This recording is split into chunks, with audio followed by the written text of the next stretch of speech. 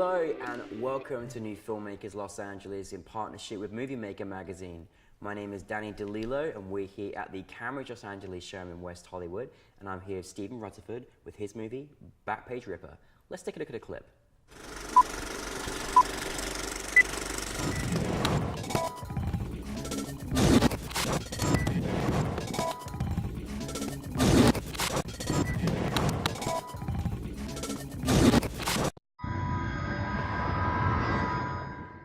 Stephen, congratulations on your film. Hi Danny, thank you very much. Well, thank you very much for being here and flying in from all the way from New York, although he's a British person like me. Listen, your film is beautiful. It's like a beautiful experience to watch. For those that haven't had a chance to see it, tell us a brief synopsis. Well, thank you. And just to say, last night was amazing. The standard of films were so high. Like, they were very beautiful. Oh, thank you. Very strong visuals, very strong storytelling. So it's Yeah. a real honor to be even included in such a great amount of, very talented filmmakers. So Thank you, thanks for having me. Stephen. No, we appreciate. We British people aren't that expressive, so when we say something, we really mean it. All right. We do have feelings. We have feelings too. Yeah. No, that's absolutely lovely, and it means a lot to us because without you guys, without your talent, we wouldn't even be here today. So we really appreciate that. And your film looks so good. You got such a great reaction last night, and I thoroughly enjoyed it. And so we want more of our audience to watch it. So.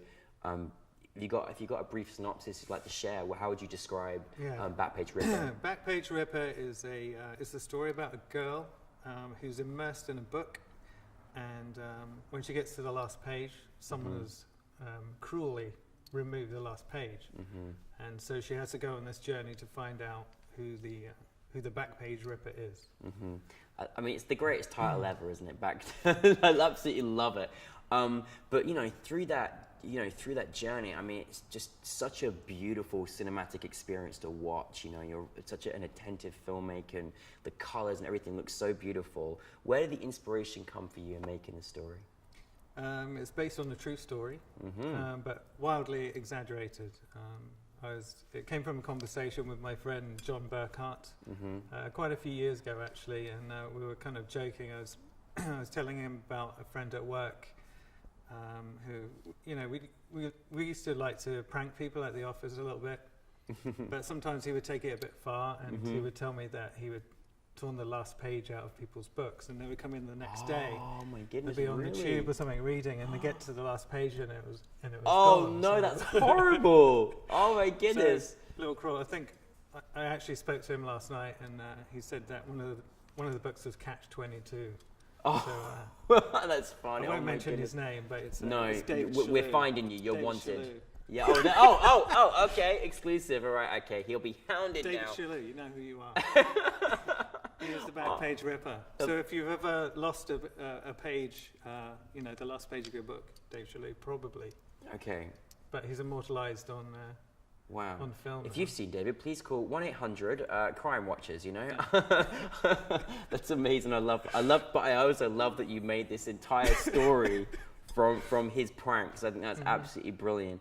You have a really beautiful vision way of capturing moments in film, and this, like you say, exaggerated story, but just this wonderful journey.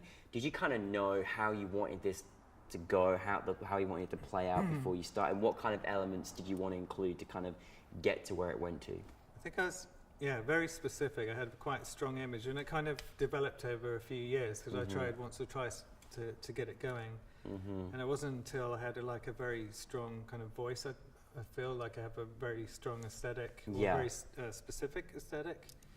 So I got to a place where I was surrounded by people who kind of understood what I was going for.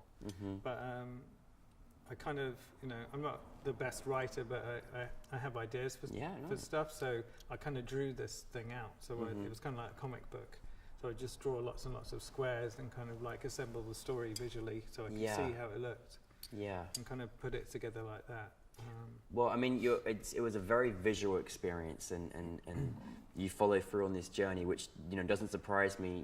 You've come from a you know, advertising background and you know, working in commercially, you have to be very slick and very precise, and everything has to look very crisp, and that's why it does look so beautiful to watch. How do you come about finding your lead actress, and how did that work? Because obviously you had to get someone that carried that story. The lead actress, well, actually, one great thing was meeting my cinematographer, Brendan Savvy, who's great job.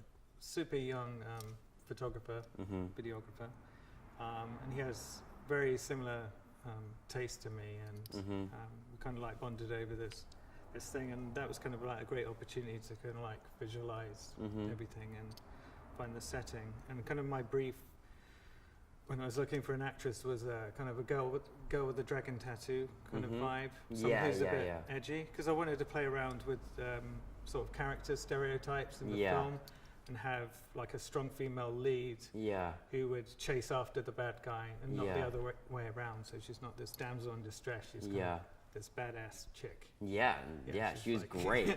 She was really she had great. a fantastic look, and kind of like asked around, and I think Brendan knew this girl on this kind of photography scene, had a great alternative look, and she had great attitude, and I think she's a cosplayer. She's like into anime and all this. Oh wow, this kind of thing. You sort of get an essence of that element to her as well, and her character.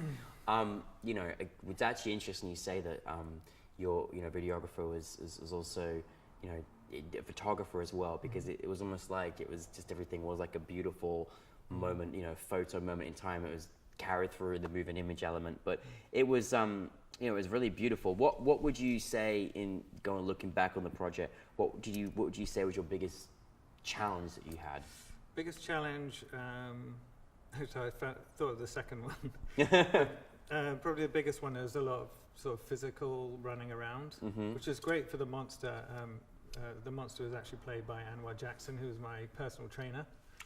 And he was wonderful, like, wow. super physical, but he really got into the part and really I was like, wow, it. He was like jumping around all night. Amazing, great.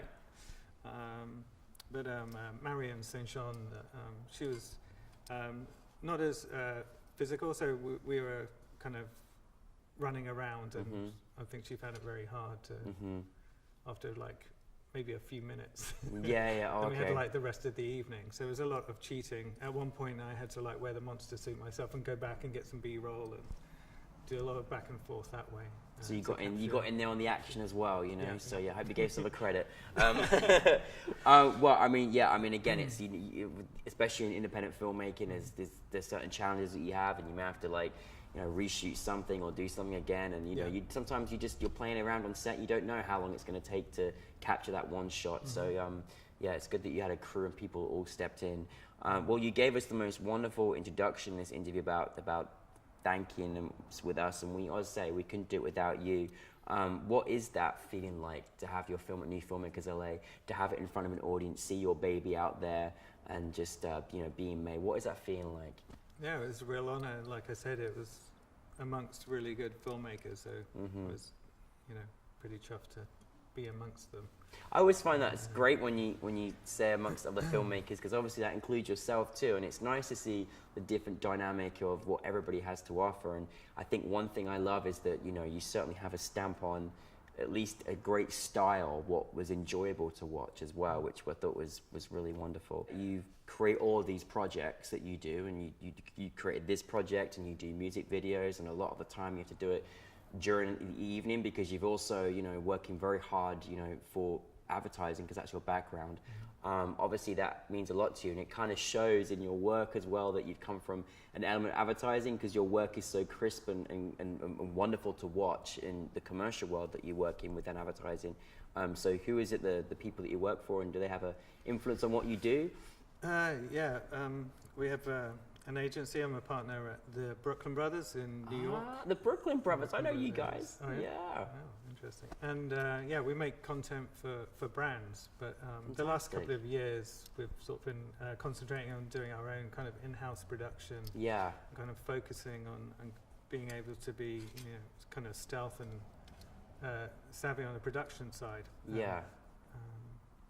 And we think it'd be great to create content for our own brand as well as other people's brands, and kind of like inspire brands to make more kind of content pieces. Yeah. So we've done a few things in the past, but that's kind of like the goal. And then it's been a great opportunity for me personally as a filmmaker as well to kind of learn and make mistakes and that kind of thing, and learn on to the next project.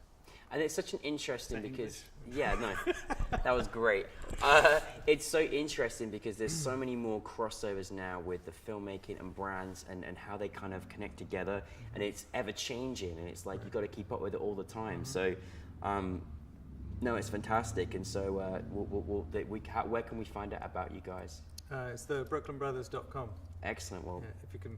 yeah. And I heard about them, and I'm in LA, so right, that's yeah, awesome. yeah. And you're a partner, Okay. so well, thank you for sharing your vision with that and bringing and still getting time to work with and make films as well, which is fantastic. Just don't sleep. Yeah, no sleeping, guys. That's it, basically it. What is next for you? So next, I just shot a few music videos over the summer, so I have about 3 coming out. Oh, brilliant! Also shot at night.